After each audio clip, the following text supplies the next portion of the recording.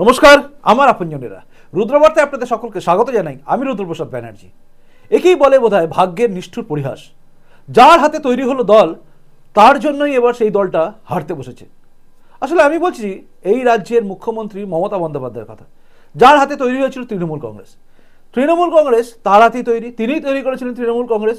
আর এবারে 2024-এ সবচেয়ে কম ভোট পাওয়ার দায় হবে এই মমতা বন্দ্যোপাধ্যায়, আর সেটাই তিনি করছেন। মনে রাখবেন, অক্লান্ত পরিশ্রম করে লাগাতার সিপিএমের বিরুদ্ধে লড়াই লড়ে যে জায়গায় নিয়ে এসেছিল সমস্ত তৃণমূল কর্মীরা, অবশ্যই তার সঙ্গে সঙ্গে মমতা বন্দ্যোপাধ্যায় আছেই, যে জায়গায় নিয়ে এসেছিল, যার জন্য গোটা বাংলার মানুষ সিপিএমের বিকল্প হিসেবে ভেবেছিল তৃণমূল কংগ্রেসই শ্রেষ্ঠ। তাই তৃণমূল কংগ্রেস জিতেছিল। কারা ভোট দেয়নি? সবাই দিয়েছিল। নিচু স্তরে সমস্ত মানুষ ভেবেছিল বিজেপি পরে করব, কংগ্রেস পরে করব, অন্য দল আগে, সবার আগে তৃণমূলকে নিয়ে এসো, এই চিন্তাভাবনা একটা সময় চলছিল। তার ফলে মমতা বন্দ্যোপাধ্যায় জিতে গেছেন।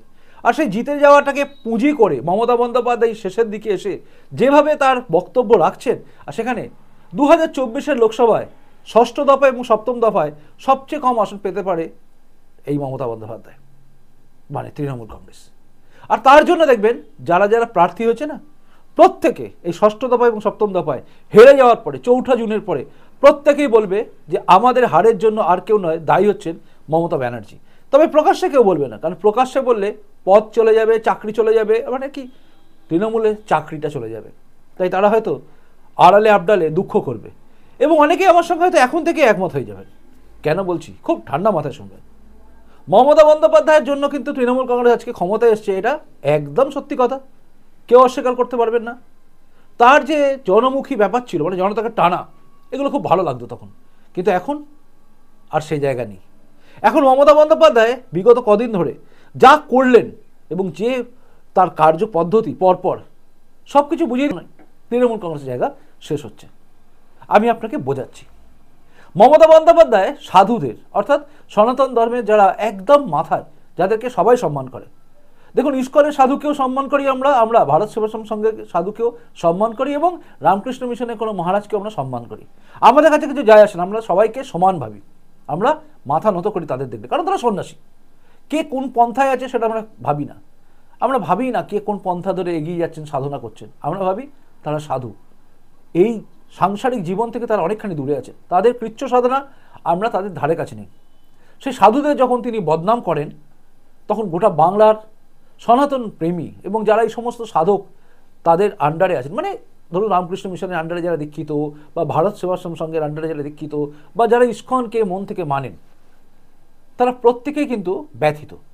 তারা প্রত্যেকেই মমতা বন্দ্যোপাধ্যায়ের এই ব্যবহার, যেভাবে তিনি বলেছেন ইস্কনকে আমি টাকা দিয়েছি, জায়গা করে দিয়েছি, আবার বলছেন রামকৃষ্ণ মিশনের জন্য আমি ঠিক করে দিয়েছি, এটা করেছি, ভারত সেবাশ্রম সঙ্গে ওই জায়গাটা আমি করে দিয়েছি, তাই আমার বলার অধিকার আছে, এই টাইপের কথা। তারা কেন আমার হয়ে বলছে না? এটা তার হচ্ছে আর কি হিডেন এজেন্ডা। কেন তারা আমার হয়ে বলছে না? কার্তিক মহারাজের বিরুদ্ধে তিনি সরাসরি দাগলেন, তোপ দাগা শুধু না, তাকে বলে দিলেন ইনি দাঙ্গা লাগিয়েছেন, দাঙ্গা লাগানোর মূল, এই বলে তাকে কিন্তু টার্গেট করে দিল। আজকে রামকৃষ্ণ মিশনের উপর আক্রমণ হয়েছে কিন্তু মমতা বন্দ্যোপাধ্যায়ের বক্তব্যের পরে, যখন তিনি দাগাচ্ছেন সবাইকে। আবার দেখুন কার্তিক মহারাজের আজকে জীবন বিপন্ন হওয়া জায়গায় আছে, কারণ সবাই ভাববে দাঙ্গার মাথা হচ্ছে কার্তিক মহারাজ, তাই তাকে একদম মৃত্যুর ধারে নিয়ে চলে গেছেন। যদিও সন্ন্যাসীরা মৃত্যুকে ভয় পায় না, কারণ তারা আগেই শ্রাদ্ধ করে সন্ন্যাসী হয়, বিরোধিতা করে। জানে না, মমতা বন্দ্যোপাধ্যায় সব জানেনই না, না জানাই স্বাভাবিক। তিনি রাজনীতি নিয়ে পড়ে আছেন, ধর্মের ব্যাপারটা নাই বা জানেন। হ্যাঁ, আবার একজনকে দেখছিলাম তৃণমূলের মুখপাত্র, তিনি বলছেন হিন্দু ধর্মের বিরোধী কখনো, যে হিন্দু কালচার মেনে চলে, যে ব্রাহ্মণ মানে ব্যানার্জি যেহেতু, সে কখনো হিন্দু ধর্মের বিরোধী হতে পারে না। এটা বাজে কথা, বাজে কথা নয়, এটা সত্যি কথা। একই বাড়িতে থেকে যদি ছেলে মেয়ে ধরুন একই বাড়িতে আছে, মাকে যদি কোনো ছেলে হত্যা করে, সে কি হত্যাকারী হবে না? তাকে কি বলা হবে? না না না, ছেলে কি করে মাকে হত্যা করবে? তাকে হত্যাকারী বলবে না? খুনি বলবে না? মাকে মারলে তাকে বলবে না যে মাকে মারে? নাকি বলবে ও তো ছেলে, ছেলে মায়ের সঙ্গে খুনসুটি হচ্ছে, এটা বলবে কেউ? জানি না এই ছেঁদো যুক্তি কোথা থেকে এই সমস্ত মুখপাত্ররা পান। মুখপাত্র মানে এরা কোন পাত্র ভগবান জানে, কোন মুখ কে জানে। যাই হোক, এদের মুখ এদের থাকুক, আমাদের মুখ আমাদের কাছে থাকুক। তো এই সমস্ত মুখপাত্ররা বলে বোঝানোর চেষ্টা করছে যে সনাতন ধর্মের বিরুদ্ধে যাওয়ার, না না, এটা করতে চাননি, কিন্তু আজ সেটা জায়গা নেই। আজকে আপনারা জানেন নিশ্চয়ই সাধুরা আগামীকাল নামছেন, তারা একদম প্রকাশ্যে কলকাতার রাস্তায় রাজপথে তারা হাঁটবেন এবং তারা প্রতিবাদ করবেন। সাধু সন্তরা রাস্তায় নামবেন। এর আগেও হয়েছে, সাধু সন্তদের জন্য তারা এই প্রতিবাদে রাস্তায় নেমেছেন, চারিদিকে নামছেন। এই নামাটার দরকার আছে এবং এই নামা আস্তে আস্তে চারিদিকে হবে। এবং এই যে কলকাতার বুকে পদক্ষেপ হবে সাধকদের, এই পদক্ষেপ কিন্তু নাড়িয়ে দেবে প্রত্যেকটা মানুষের মনে, যারা ষষ্ঠ দফায় ভোট দিতে যাবে এবং সপ্তম দফায় যারা দেবে। দেখুন, এটা অবধি তো ঠিক ছিল, তবু তিনি মেকআপ করার জায়গা ছিল। কিন্তু গতকাল যেই মুহূর্তে ওবিসি সংক্রান্ত ব্যাপারে কলকাতা হাইকোর্টের রায়দান হলো, তখন যে বক্তব্য তিনি করলেন না, সেই বক্তব্যের পরে কিন্তু অনেক মানুষ বুঝে গেছেন যে অ্যাকচুয়ালি তিনি সাধুদের কেন অপমান করেন। কি বক্তব্য ছিল জানেন? কলকাতা হাইকোর্টে কি রায়দান ছিল? রায়দান ছিল যে ওবিসি যে করেছিলেন, তার মধ্যে মুসলিমকে ঢুকিয়ে দিয়েছিলেন, ধর্মের ভিত্তিতে সংরক্ষণ যেন হয়ে গেছিল। 118টা মুসলিমদের মানে নাম ফাম টাইটেল ফাইটেলগুলো ঢুকিয়ে দিয়েছিলেন, দিয়ে তাদেরকে মুসলিমকে একদম ওবিসি করে দিয়েছিলেন। আর সেখানে ওবিসি কোটায় যারা আছে তারা পিছিয়ে গেছে। ন্যাচারাল ওয়েতে জেনারেল কাস্ট যারা আছে তারা কিন্তু লড়াইয়ের টাপ জায়গায় চলে যাচ্ছে। এটা সবাই ঢুকে পড়লো ওবিসি কোটায় হটুস করে। মমতা বন্দ্যোপাধ্যায় মনে হলো ঢুকিয়ে দিলেন। আজকে এসসি এসটি ওবিসি এরা প্রত্যেকের কোটায় পাবে, ঠিক আছে, কারণ তাদের পিছিয়ে পড়া জায়গা সেখান থেকে করছে, ঠিক আছে। আদার ব্যাকওয়ার্ড ক্লাস, তার মধ্যে মুসলিম ঢুকে গেল ধর্মের ভিত্তিতে। টাইটেল যা আছে তার সঙ্গে যদি মুসলিম হয় তাহলে সে হয়ে যাচ্ছে খন্দকার। তারপর অনেকগুলো টাইটেল দেখছিলাম আমি, অনেকগুলো নাম আছে দেখছিলাম পরপর লিস্ট ধরে। এখানে দেখবেন আপনি হিন্দু নাম টাইটেল আছে, তারা যদি মুসলিম হয় তাহলে তারা ওবিসি হয়ে যাবে, কিন্তু হিন্দু হলে তারা হবে না। তাহলে কি করতে চাইছেন? আর এখানে তিনি কি বললেন? আমি কোর্টকে সম্মান করি, কিন্তু যে ব্যক্তি এই রায় দিয়েছে যে ওবিসি রিজার্ভেশন থেকে মুসলিমদের বাদ দিতে হবে, আমি তাদের রায় মানি না, আমি মানব না। ওবিসি রিজার্ভেশন চলবে, এর জন্য উচ্চতর কোর্টে যেতে হলে যাব। এ আমায় চেনে না। বললেন আমি সংরক্ষণ মানছি না, এই রায় মানছি না। এটা কি মানছি না, রায় মানছি না? একজন মুখ্যমন্ত্রী, তিনি কিসের মুখ্যমন্ত্রী? রাজ্যের মুখ্যমন্ত্রী। তিনি ভারতবর্ষের সংবিধান মেনেই সবকিছু করবেন। ভারতবর্ষের সংবিধানে তৈরি করা আইন আদালত তিনি মানবেন না, তা রায় তিনি মানবেন না। বিচারকদের বিরুদ্ধে আমি বলবো না, কিন্তু রায়কে আমি বলতে পারি হায় সর্বনাশ করেছে। খেয়ে বোঝাবে একে? কিন্তু হ্যাঁ, বাংলার মানুষ বুঝে গেছে যে তার উদ্দেশ্যটা কি। মুসলিমদের সংরক্ষণ করো, সাধুদেরকে গালাগালি করো। বাংলার মানুষ কি আর এটা দেখে চুপ করে বসে থাকবে? আপনার কি মনে হয়? যারা ভোট দিতে যাবে তারা তো বুঝে গেছে যে 1000 টাকা 1200 টাকা দিচ্ছ বটে, কিন্তু আমাদের ভবিষ্যৎ প্রজন্মকে তুমি শেষ করে দিচ্ছ। আর 1000-1200 টাকা কার দিচ্ছ? এখন মমতা বন্দ্যোপাধ্যায় বলেন, হয়তো আমাদের রুদ্রবার্তাগুলো দেখেন, তাই কার টাকা? আপনার টাকা। আমি বারবার বলি, টাকাটা আপনার নয়। আপনি কার টাকা দিচ্ছেন? জনগণের টাকা, আমাদের টাকা। আপনি খালি প্রকল্পটা ঘুরিয়ে দিচ্ছেন। একটা পিয়ন যদি বলে টাকাটা আমি মানি অর্ডারটা আমি দিলাম, যেরকম হবে ঠিক একইভাবে এইরকম মমতা বন্দ্যোপাধ্যায়ের বক্তব্য, আমি দিলাম মানি অর্ডার করে। আপনি কত টাকা পাঠাচ্ছেন আপনার ছেলের কাছে বা বাবা মায়ের কাছে, টাকাটা এলো। এখন তো বাদ দিন, এখন মোদিজির আমল মানে ডিজিটাল হয়ে গেছে, টাকা সার্ট করে ব্যাংকে চলে যাবে। কিন্তু ধরুন টাকা পাঠাচ্ছেন মানি অর্ডারে, সেই টাকা পাঠালেন, পিয়ন নিয়ে গিয়ে দিল। পিয়ন বললো আমি টাকাটা দিলাম, মিষ্টি খাওয়ান আমাকে, আমি তো টাকাটা দিলাম। এটা হয়? মমতা বন্দ্যোপাধ্যায় সেরকম, আমাদের টাকা আমাদেরই দিচ্ছে, আবার ঘুরিয়ে আমাকে বলছে আমি দিচ্ছি। হ্যাঁ, কেউ দেয় না, টাকা আমরা দিই। যাই হোক, তো এইসব মানুষ বুঝে গেছে যে 1000 টাকা 1200 টাকা আজকে দিচ্ছেন, যেই ভোট এসে গেল উনি 1000 টাকা 1200 টাকা করে দিল। তার আগে দিচ্ছিল না। 1000 টাকা 1200 টাকা হয়ে গেল। 1000-1200 টাকা হয়ে গেল যখন বলছেন আমাদের রাজ্যে প্রচুর ধার, কিন্তু তবু টাকা দিয়ে তিনি ভোট কিনতে চাইছেন। এটা এক প্রকারে ঘুষ দেওয়া, যে আমাকে ভোট দাও। তাই বাংলার মা বোনেরাও বুঝে গেছে যে এই টাকাটা তো আমাদের নিতে হবে, আমাদের টাকা আমরা নিচ্ছি, কিন্তু ভোট আমি দেবো না, কারণ আমার ছেলে পুলে বা ভবিষ্যৎ প্রজন্ম তাদের অবস্থা কী হবে। প্রত্যেকটা মা চায় তার ছেলে মেয়ে বড় হোক, তা চায় না? আমার মা নিজে না খেয়ে, আমি আবারও বলছি, নিজে না খেয়ে আক্ষরিক করতে না খেয়ে আমাকে খাওয়াতো। সেদিন আমি দেখেছি মা জল খেয়ে শুয়ে পড়েছে, আমাকে মুড়ি দিয়েছে, মুড়ি ঘুগনি করে দিয়েছে। ঘুগনি কিনে নিয়ে এসেছিলাম দোকান থেকে, অল্প কষ্ট টাকা, এবং মুড়িটা ছিল সেটা দিয়ে মেখে দিয়ে দিয়েছে। নিজে খাইনি কিছু, কারণ রান্না করার পরিস্থিতি ছিল না। বাবা মারা যাওয়ার পরে হঠাৎ করে আমাদের অবস্থা খারাপ হয়ে গেছিলো। আচমকা বাবা মারা গেছিলো হার্ট ফেল করে, তাই আমাদের অবস্থা হট করে খারাপ হয়ে গেছিলো। হট করে একদম দারিদ্রতার শেষ সীমায় নেমে গেছিলাম।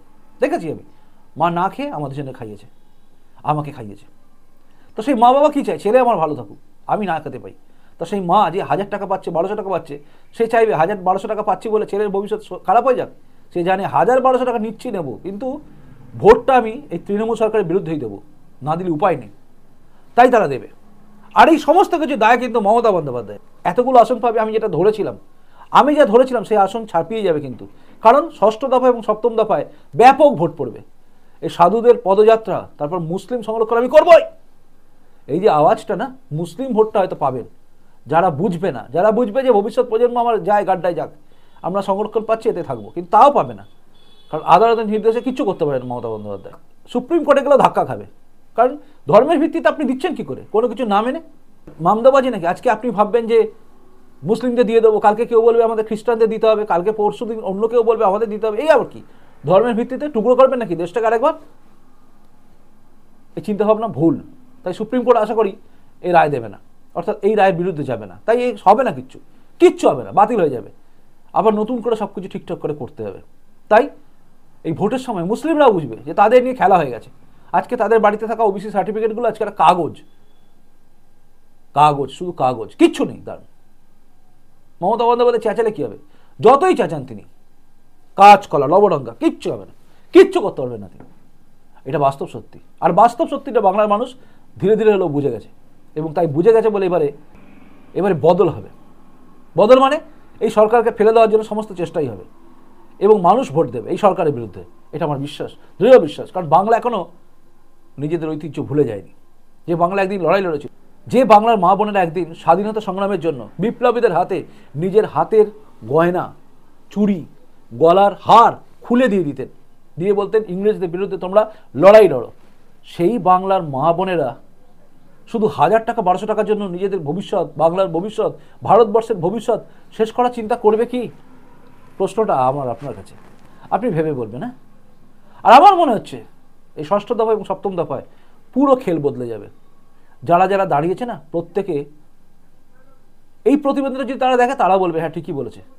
এবং পরে 4ঠা জুনের পরে, রেজাল্ট বেরোনোর পরে, প্রত্যেকে যারা প্রকাশ্যে বলা প্রকাশ্যে বলবেই, আর যারা প্রকাশ্যে বলতে পারবে না তারা ঘরের কোণে অন্তত বলবেই যে আজকে আমরা হেরে গেলাম, ভোট কম পেলাম, সব কিছুর পিছনে দায়ী হচ্ছে মমতা বন্দ্যোপাধ্যায়, এই সমস্ত মন্তব্য, এই সমস্ত কর্মকাণ্ড। তাই মমতা বন্দ্যোপাধ্যায়ের হাতে তৈরি করা তৃণমূল কংগ্রেস মমতা বন্দ্যোপাধ্যায়ের জন্যই আজকে শেষ হতে চলেছে। এটা হচ্ছে আমার উপলব্ধি। এবার আপনি বলুন, আমি ঠিক বললাম না ভুল? যদি মনে আমি ঠিক বলেছি অবশ্যই কমেন্ট বক্সে কমেন্ট করে জানাবেন, আর যদি মনে ভুল সেটাও জানাবেন। আর যদি মনে এই প্রতিবেদনটা সবার কাছে শেয়ার করার দরকার আছে, অবশ্যই শেয়ার করে দেবেন। শেষে বলি, নতুন এলে হ্যাঁ চ্যানেলটা সাবস্ক্রাইব করে আমার আপনজন হয়ে তারপর যাবেন। খুব ভালো, তখন দেখা হচ্ছে পরের রুদ্রবার্তায়। ভাববেন ভালো করে, এই বাংলার বুকে মায়েরা নিজের গলার হার, চুড়ি স্বাধীনতা সংগ্রামের জন্য বিপ্লবীদের হাতে তুলে দিত, ইংরেজ হটাও আমার যায় যাক সব। সেই বাংলার মা বোনেরা কোনোদিনই 1000 টাকা 1200 টাকার জন্য এই সরকারকে ভোট দেবে, তৃণমূল সরকারকে, ভাববেন না, আমার বিশ্বাস। আপনি কি ভাবছেন বলবেন নিশ্চয়ই। আসি, নমস্কার, বন্দে মাতরম, ভারত মাতা জয় হোক, জয় হিন্দ।